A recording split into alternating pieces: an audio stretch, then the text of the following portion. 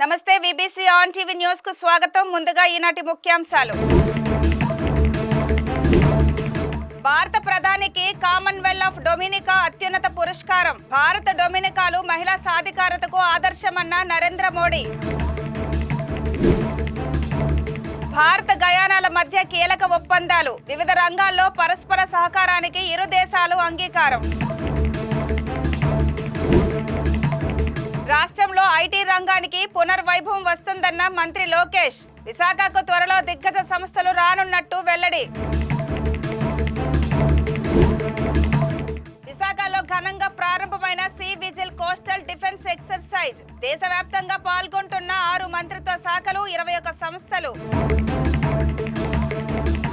Commonwealth of Dominica తన దేశ అత్యున్నత జాతీయ పురస్కారం డొమినికా అవార్డ్ ఆఫ్ ఆనర్ ను భారత ప్రధానమంత్రి నరేంద్ర మోడీకి అందించింది. కోవిడ్-19 మహమ్మారి సమయంలో డొమినికా దేశానికి భారత తరపున ప్రధాని మోడీ అందించిన సహకారానికి కృతజ్ఞతగా ఆ దేశం మోడీకి ఈ గౌరవాన్ని అందించింది. అలాగే ఇరు దేశాల మధ్య వివిధ రంగాల్లో భాగస్వామ్యాన్ని బలోపేతం చేయడంలోనూ ప్రధాని మోడీ అంకిత భావాన్ని కొనియాడుతూ ఈ పురస్కారాన్ని అందజేస్తున్నట్టు డొమినికా అధ్యక్షురాలు సిల్వానీ బర్టన్ వెల్లడించారు. ఈ సందర్భంగా ప్రధాని మోదీ మాట్లాడుతూ డొమినికా దేశం తనకు అందించిన అత్యున్నత జాతీయ అవార్డును 140 కోట్ల మంది భారతీయులకు అంకితమిస్తున్నట్టు తెలిపారు. ఈ పురస్కారం గర్వకారణమని వ్యాఖ్యానించారు. ఇది తనతో పాటు యావత్ భారత ప్రజల కృషికి, సాంప్రదాయానికి, విలువలకు లభించిన గౌరవమని పేర్కొన్నారు. భారత్, డొమినికా 2 ప్రజాస్వామ్య దేశాలని, మహిళా సాధికారతకు ఆదర్శప్రాయమైన దేశాలని వివరించారు. కోవిడ్ మహమ్మారి సమయంలో డొమినికా దేశానికి సహాయం చేయడం తనకు ఎంతో తృప్తినిచ్చిందని ప్రధాని తెలియజేశారు. Excellencies, friends, डोमिनिका के सर्वोच्च पुरस्कार से सम्मानित किए जाने पर मैं राष्ट्रपति सिल्वानी बर्टन, प्रधानमंत्री रूजवेल्ट स्कैरिच और डोमिनिका के लोगों का हार्दिक आभार व्यक्त करता हूं।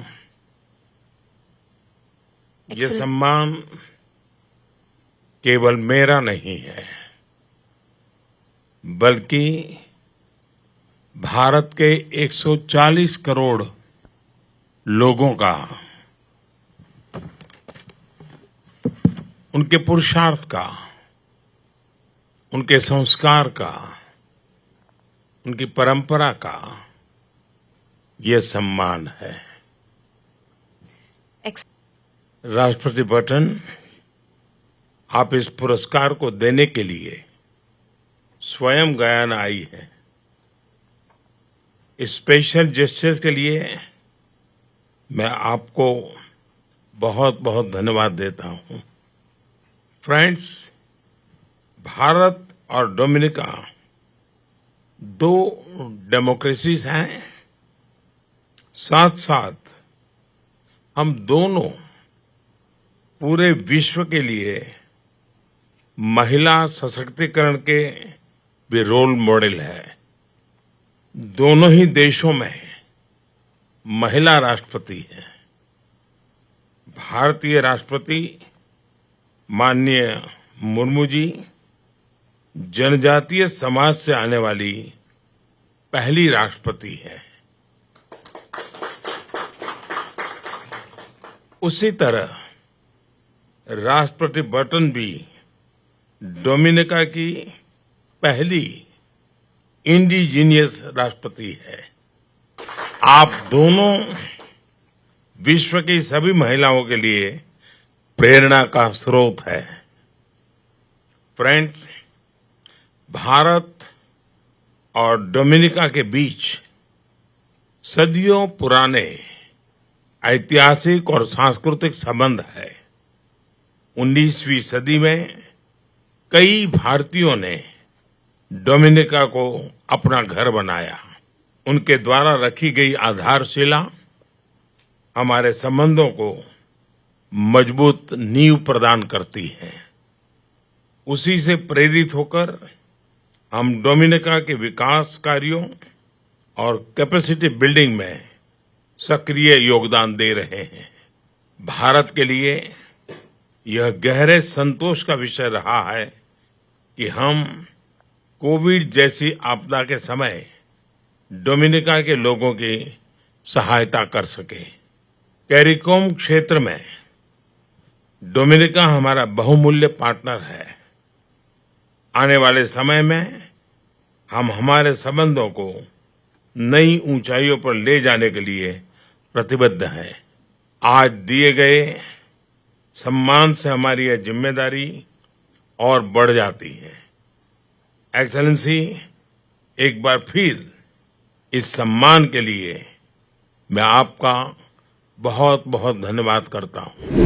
Pan India coastals defence exercise sea vigil 4వ ఎడిషన్ విశాఖ సముద్ర జలాల్లో ప్రారంభమైంది. 6 మంత్రిత్వ శాఖలు, 21 సంస్థలు, అన్ని తీర ప్రాంత రాష్ట్రాలు ఇంకా కేంద్రపాలిత ప్రాంతాలలో సి విజిల్ నిర్వహిస్తున్నారు. తీర ప్రాంత జనాభాతో సహా ఓడరేవులు, ఆయిల్ రిగ్గులు, సింగిల్ పాయింట్ మోరింగులు, కేబుల్ ల్యాండింగ్ పాయింట్లు, ఇతర కీలకమైన తీర మౌలిక సదుపాయాల వంటి తీర ప్రాంత ఆస్తులు భద్రతను బలోపేతం చేసే దిశగా విన్యాసాలు నిర్వహిస్తున్నారు. సముద్ర భద్రత గురించి తీర ప్రాంత వర్గాల్లో అవగాహన పెంచడం లక్ష్యంగా సి విజిల్ నిర్వహిస్తున్నారు.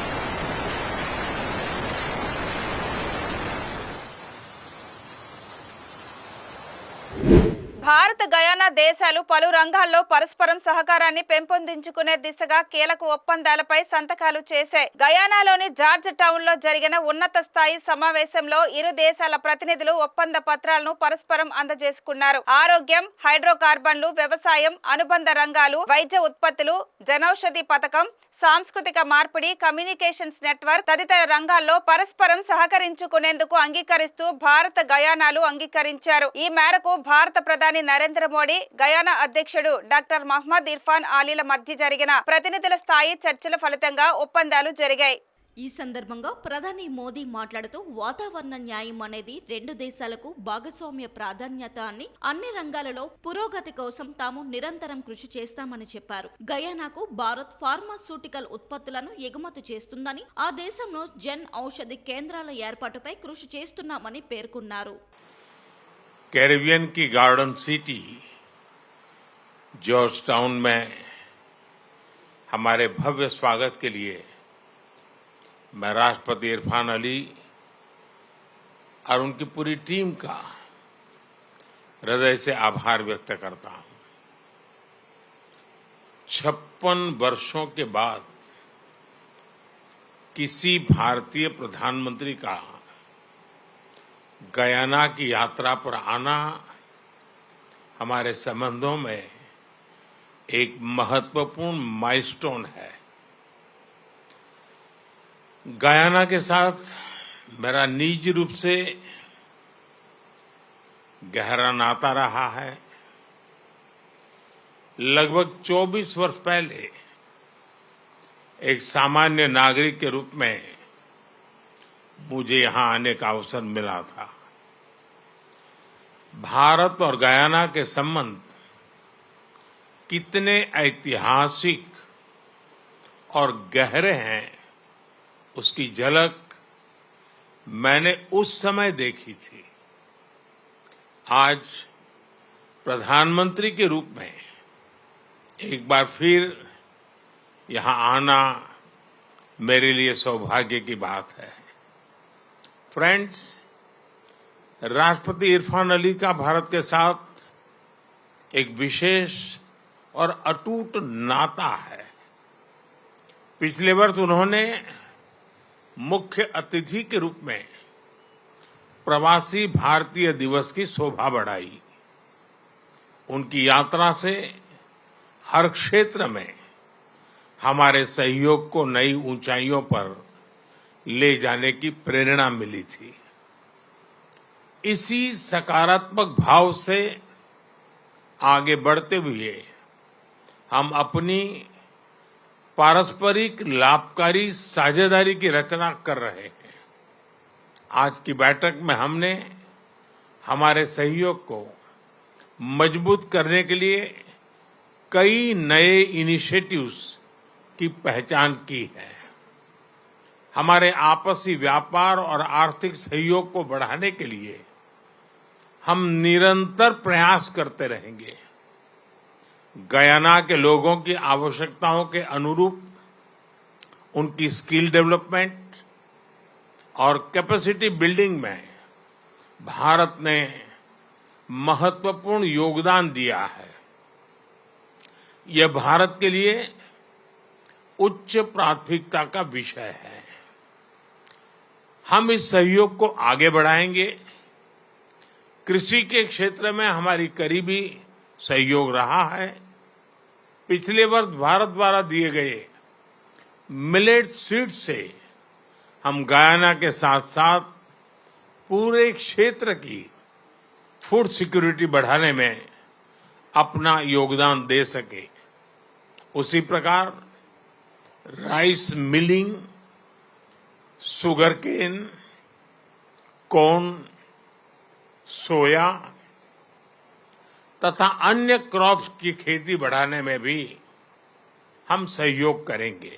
గయానా అధ్యక్షుడు డాక్టర్ మహమ్మద్ ఇర్ఫాన్ అలీ మాట్లాడుతూ ప్రధాని మోదీ గయానా పర్యటన రెండు దేశాల మధ్య సహకారాన్ని పెంపొందించడంలో ఒక కీలక ఘట్టమని పేర్కొన్నారు. మోదీతో జరిగిన చర్చలు ద్వైపాక్షిక సంబంధాలను బలోపేతం చేయడమే కాక ప్రాంతీయ సమస్యలతో పాటు ప్రపంచ సమస్యలను పరస్పరం పరిష్కరించుకోవడానికి సైతం దోహదపడేలా ఉన్నాయని చెప్పారు. నరేంద్ర మోదీ ప్రభావవంతమైన నాయకత్వం, అభివృద్ధి చెందుతున్న ప్రపంచానికి ఆయన అందించిన సహకారాలను ప్రస్తావించిన గయానా అధ్యక్షుడు మోదీని ప్రపంచ నాయకులలో ఛాంపియన్ గా అభివర్ణించారు.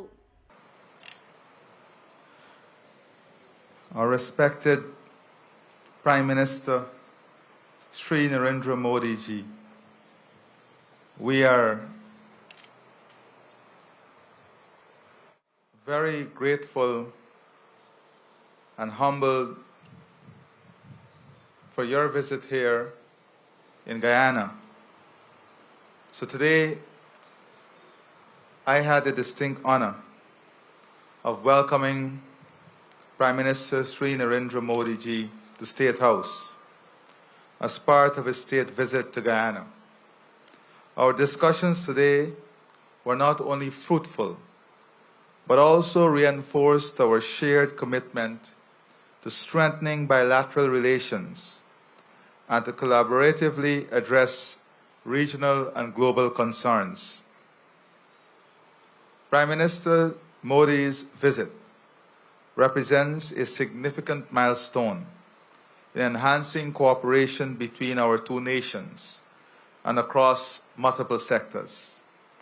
During our meetings, we signed several key agreements in critical areas such as hydrocarbons, health, agriculture, technology transfer, and we further discuss collaboration on infrastructure, education, human capital development, and a continued diversification of our economy. Important to our economy also is our collaboration on issues of defense and technology transfer. These are areas that India is already collaborating with us on. But we have decided that given the key nature and importance of these areas for Guyana and the regional development, that we'll further expand our cooperation in these areas. For example, in food security, India's support in advancing our rice industry through technology, innovation, and research.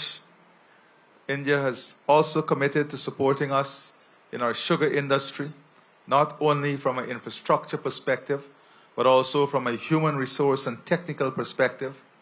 They will support us in expanding our corn, soya, and looking at wheat farming and production here in Guyana, food processing, and important to all of this is research and development. గంజాయిని అక్రమంగా తరలిస్తూ విక్రయాలకు పాల్పడుతున్న 4 ముఠా సభ్యులను చిత్తూరు జిల్లా గంగవరం పోలీసులు arrest చేశారు. పలమనేరు పట్టణానికి చెందిన మోహన్, జోసెఫ్, మస్తాన్, ఆంటోనీలు బెంగళూరు చెన్నై జాతీయ రహదారిపై చిన్నూరు ఫ్లైఓవర్ వద్ద 4 గంజాయి ప్యాకెట్లతో సహా పోలీసులకు పట్టుబడ్డారు. వారిని విచారించగా గంజాయిని విక్రయించేందుకు తీసుకెళ్తున్నట్టు చెప్పారని గంగవరం సీఐ ప్రసాద్ తెలిపారు. వారిని అరెస్టు చేసి రిమాండ్కు తరలించామన్నారు. కేసు దర్యాప్తు కొనసాగుతుందని, త్వరలోనే నిందితులకు సహకరించిన వారిని కూడా అదుపులోకి తీసుకుంటామని చెప్పారు. మొత్తం 11.5 కేజీల గంజాయిని సీజ్ చేశామని, దాని విలువ సుమారు ₹1,00,000 వరకు ఉంటుందన్నారు. గంజాయి గురించిన సమాచారం తెలిస్తే వెంటనే పోలీసులకు తెలియజేయాలని సీఐ కోరారు. ఈ దినం వేకువజామున ఉదయం 6 గంటల సమయంలో మాకు రాబడిన సమాచారం మేరకు గంజాయి అక్రమ రవాణా గురించి సమాచారం రావడంతో చెన్నై, బెంగళూరు, చెన్నూరు ఫ్లైఓవర్ వద్దకు వెళ్లడం జరిగింది. డీటీ అయిన సహనా మేడం గారు పంచాయతీల సమక్షంలో వచ్చిన తర్వాత ఒక 4 వ్యక్తులు సుమారుగా 5 ప్యాకెట్ల గంజాయి కలిగి ఉండడం జరిగింది. 5 ప్యాకెట్లు కూడా 11.5 కేజీల బరువు కలిగిన గంజాయి కలిగి ఉండడం, వాటిని మేము డీటీ గారి సమక్షంలో సీజ్ చేసి స్టేషన్కి తీసుకురావడం జరిగింది. దీనిలో మిగతా ఎవరైతే ఉన్నారో వారిని కూడా వదిలిపెట్టేది లేదు. వాళ్ళని కూడా మిగతా వాళ్ళని అరెస్ట్ చేయడం జరుగుతుంది. ఈరోజు వాళ్ళ 4 అరెస్ట్ చేసి వాళ్ళ పేర్లు ఎం మోహన, ఇతను కొత్తపేట పలమనేరు, అదేవిధంగా ఏ జోసెఫ్, ఎస్ మస్తాన్, ఎన్ ఆంటోనీ, వీళ్ళ 4 కూడా ఈరోజు అరెస్ట్ చేసి రిమాండ్ కోర్టుకు పంపించడం జరుగుతోంది. దయచేసి ఈ మధ్య కాలంలో యువత ముఖ్యంగా ఎన్నో అవేర్నెస్ క్యాంపులు చేస్తున్నప్పటికీ కూడా యువత ఈ గంజాయి మత్తులో తిరుగుతా ఉన్నారని, పలమనేరు పరిసర ప్రాంతాల్లో కొన్ని కొండ ప్రాంతాల్లో కూడా తాగుతా ఉన్నారని సమాచారం రావడంతో మా సిబ్బంది మరియు ప్రజల సహకారంతో ఈరోజు ఈ గంజాయిని పట్టుకోవడం జరిగింది. ఇకపైన ఎవరైనా కూడా ఇలాంటి గంజాయి తాగినా, అమ్మకానికి పాల్పడినా, విత్తనాలు వేసి గంజాయి మొక్కలు తయారు చేసి అమ్మడం చేసినా కూడా వారందరి మీద కూడా కఠిన చర్యలు తీసుకుంటామని ఎస్పీ గారు ఉత్తర్వుల మేరకు ఇప్పటికే దాడులు చేశాం.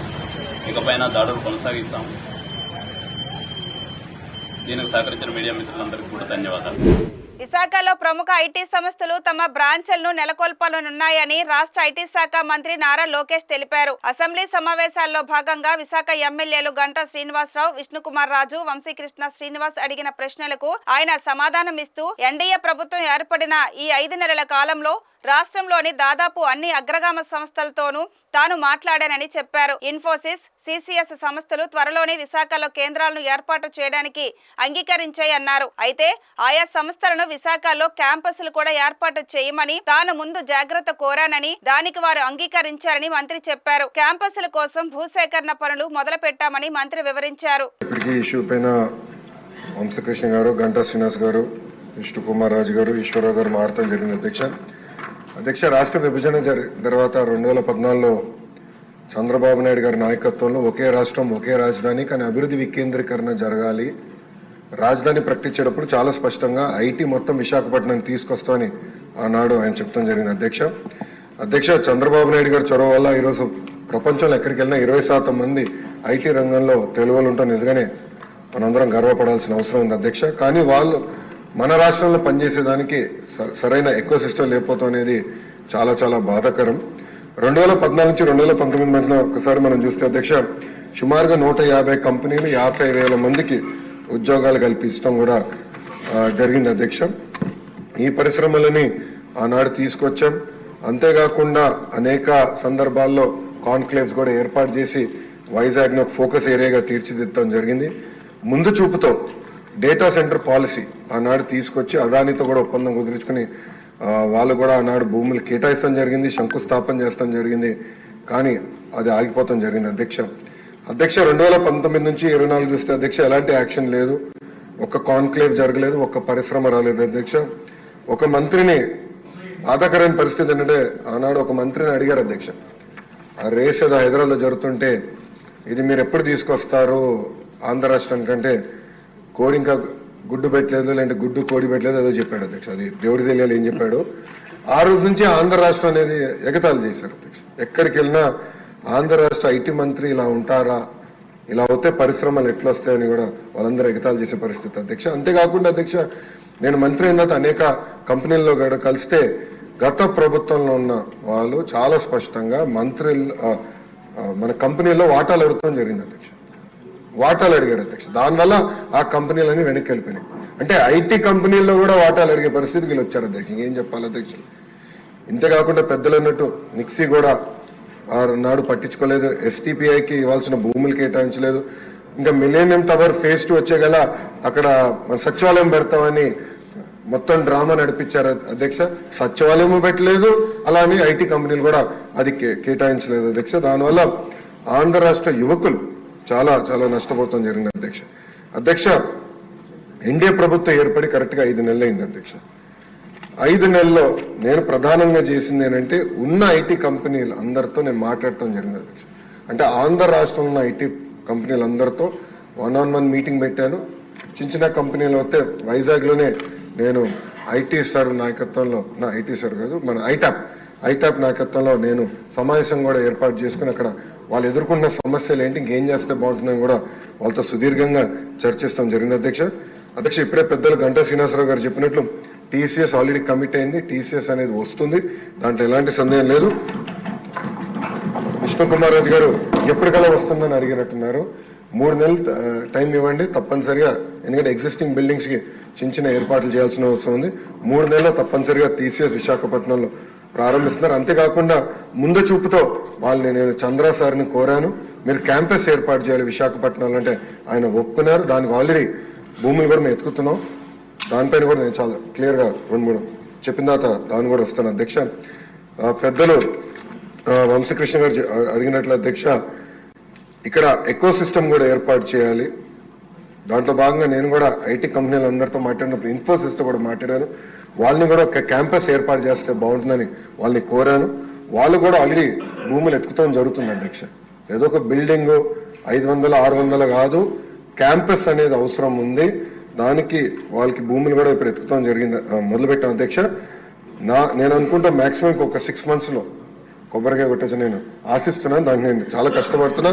మీరు 20,000 ఉద్యోగాలు అడిగారు అధ్యక్ష. 5 సంవత్సరాలు 20,000 ఉద్యోగాలు నా టార్గెట్ కానే కాదు. పెద్దలు అన్నట్టు 5 లక్షల ఉద్యోగాలు ఒక ఐటీ రంగంలో ఆంధ్ర రాష్ట్రంలో క్రియేట్ చేయాలనేది టార్గెట్ గా నేను పనిచేస్తున్నాను అధ్యక్ష. మహారాష్ట్రలో బీజేపీ నేతృత్వంలోని మహాయుతి కూటమికే అధికారం దక్కుతుందని మెజార్టీ ఎగ్జిట్ పోల్స్ అంచనా వేశాయి. మహారాష్ట్రలోని ఓటింగ్ ముగిశాక వివిధ సర్వే సంస్థలు తమ అంచనాలను వెల్లడించాయి. వీటి ప్రకారం బీజేపీ అతిపెద్ద పార్టీగా నిలుస్తుందని, మహాయుతి కూటమి ప్రభుత్వాన్ని ఏర్పాటు చేస్తుందని చెబుతున్నాయి. కాగా మహారాష్ట్రలో ఓటింగ్ ప్రశాంతంగా ముగిసిందని ఎన్నికల సంఘం ప్రకటించింది. రాష్ట్రంలోని గడ్చిరోలి 69.63% ఓటింగ్ తో ముందంజలో ఉండగా, తానే, ముంబై సిటీలు 49.76, 49.7% పోలింగ్ తో వెనుకబడి ఉన్నాయని ఎన్నికల సంఘం పేర్కొంది. రాష్ట్రానికి జీవనాడి అయిన పోలవరం ప్రాజెక్టు కోసం తమ సర్వస్వం ధారపోసిన నిర్వాసితుల సమస్యలపై స్థానిక ఎమ్మెల్యే చిర్రి బాలరాజు అసెంబ్లీ సమావేశాల్లో గలం విప్పడం పట్ల సర్వత్రా హర్షం వ్యక్తమవుతోంది. నిర్వాసితులు పడుతున్న ఇబ్బందులు, ఆర్ఎండ్ఆర్ కాలనీలో ఇళ్ల నిర్మాణం, 18 ఏళ్ల నిండిన వారికి ఆర్ఎండ్ఆర్ ప్యాకేజీ అమలు తదితర అంశాలపై ఎమ్మెల్యే సవివరంగా మాట్లాడారని జిల్లా వాసులు చెప్పుకుంటున్నారు. ప్రభుత్వం నుండి రావాల్సిన ప్యాకేజీ హామీల గురించి ఎమ్మెల్యే మాట్లాడిన వైనం తమకు భరోసా కల్పిస్తుందని నిర్వాసితులు చెబుతున్నారు. ఈ సందర్భంగా పోలవరం మండలంలోని చంద్రన్న కాలనీలో ఉంటున్న నిర్వాసితులు ఎమ్మెల్యే చిర్రి బాలరాజు చిత్రపటానికి పాలాభిషేకం చేశారు. ఈ కార్యక్రమంలో జనసేన పార్టీ మండల వైస్ ప్రెసిడెంట్ తెలగంశెట్టి రాంప్రసాద్, మండల ప్రధాన కార్యదర్శి పెద్ద సంఖ్యలో పోలవరం ప్రాజెక్టు నిర్వాసితులు పాల్గొన్నారు. పోలవరం నిర్వాసితుల నుండి మేము టీగూరు గ్రామం నుంచి ఖాళీ చేసి వచ్చాము. కానీ ఇంతవరకు వైసీపీ గవర్నమెంట్ 4 సంవత్సరాల గవర్నమెంట్లో మాకు ఇల్లు కట్టలేదు, ఇల్లు కట్టుకోవడానికి డబ్బులు కూడా ఇవ్వలేదు. అలాగే అసెంబ్లీలో ఎప్పుడు కూడా తెల్లం బాలరాజు గారు మా గురించి అయితే ఎప్పుడు కూడా ఒక మాట కూడా ఇంతమంది నిర్వాసితులు అన్యాయం జరిగిపోయింది అని కానీ మీరు చెప్పినా కానీ అతను పట్టించుకోనే లేదు. అలాగే ఇప్పుడు గవర్నమెంట్, ఎన్డీఏ గవర్నమెంట్లోని జనసేన ఎమ్మెల్యే గారు చిర్రి బాలరాజు గారు మా గురించి నిన్న మాట్లాడిన మాటలకు మాకు చాలా సంతోషం వ్యక్తం చేసింది. తర్వాత ఇచ్చినా ఇవ్వకపోయినా తర్వాత సంగతి, కానీ మా గురించి బాగా మాట్లాడాడు. పోయిన గవర్నమెంట్లోని అసలు అసెంబ్లీలోని మా గురించి మాట్లాడిన దాఖలు లేదు. దాని గురించి ఇంతవరకు కూడా తిరుగుతూనే ఉన్న, ఎన్నిసార్లు తిరిగినా కానీ మాకు పట్టించుకునే నాదుడే లేడు. అయితే మా కుటుంబ సభ్యుల్లో అందరికీ ప్యాకేజ్ వచ్చింది, కానీ 18 సంవత్సరాల విషయంలో నేను వెనకబడిన దాన్ని. ఎన్నో సంవత్సరాల క్రితం నుంచి మేము ఫిర్యాదులు చేస్తున్నాము, అలాగే జిరాక్స్లు అడుగుతుంటే జిరాక్స్లు ఇస్తున్నాము. అయినప్పటికీ మాకు రెస్పాన్స్ అనేది ఏమీ లేదండి. ఎందుకంటే మేము పేదరికంలో బ్రతికిన వారము. ఏదైనా మాకు గవర్నమెంట్ తరపు నుంచి ఏదైనా ఆదరణ వస్తే దాని తగిన జీవితం మేము కొనసాగించడానికి అవకాశం ఉంటుంది. మా స్టడీ కూడా చాలా వృధా చేసుకున్నామండి. అయితే ఇంతవరకు అనేక మంది చోట మాట విన్నాం, కానీ ఈ పేద ప్రజల నిమిత్తం ఎవ్వరు కూడా రెస్పాన్స్ ఇవ్వలేదు. శ్రీ బాలకృష్ణ గారు మా వైపు దయచూపించి, బాలరాజు గారు మాకెంతగానో ఆదరణ దయచేసి ధైర్యం ఇచ్చి, నేను మీ పక్షాన ఉన్నానని ఎంతగానో చెప్పిన విశేషాన్ని బట్టి మాకు ఎంతగానో ఆనందం అండి. చేస్తారనే నమ్మకం బట్టే ఈ యొక్క మాటలు మేము తెలియజేస్తున్నాము. దేశీయ స్టాక్ మార్కెట్లు భారీ నష్టాల్లో ట్రేడ్ అవుతున్నాయి. అదానీ గ్రూప్ పై అమెరికాలో కేసు నమోదు కావడం మార్కెట్ పై తీవ్ర ప్రభావం చూపింది. దీంతో పాటు అంతర్జాతీయ మార్కెట్ల ప్రతికూల సంకేతాలు కూడా దేశీయ మార్కెట్లపై ప్రభావం చూపాయి. ఈ ఉదయం సెన్సెక్స్ 580 పాయింట్ల నష్టంతో 77,008 వద్ద ట్రేడ్ అయ్యింది. నిఫ్టీ 205 పాయింట్లు పతనమై 23,314 వద్ద కొనసాగుతుంది.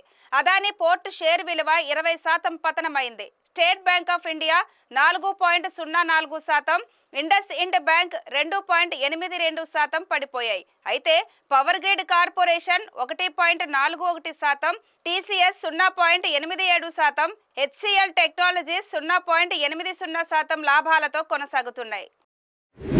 ఈ వార్తలు ఇంతటితో సమాప్తం. మరిన్ని విశేషాలతో మళ్ళీ కలుద్దాం. అంతవరకు సెలవు. నమస్కారం.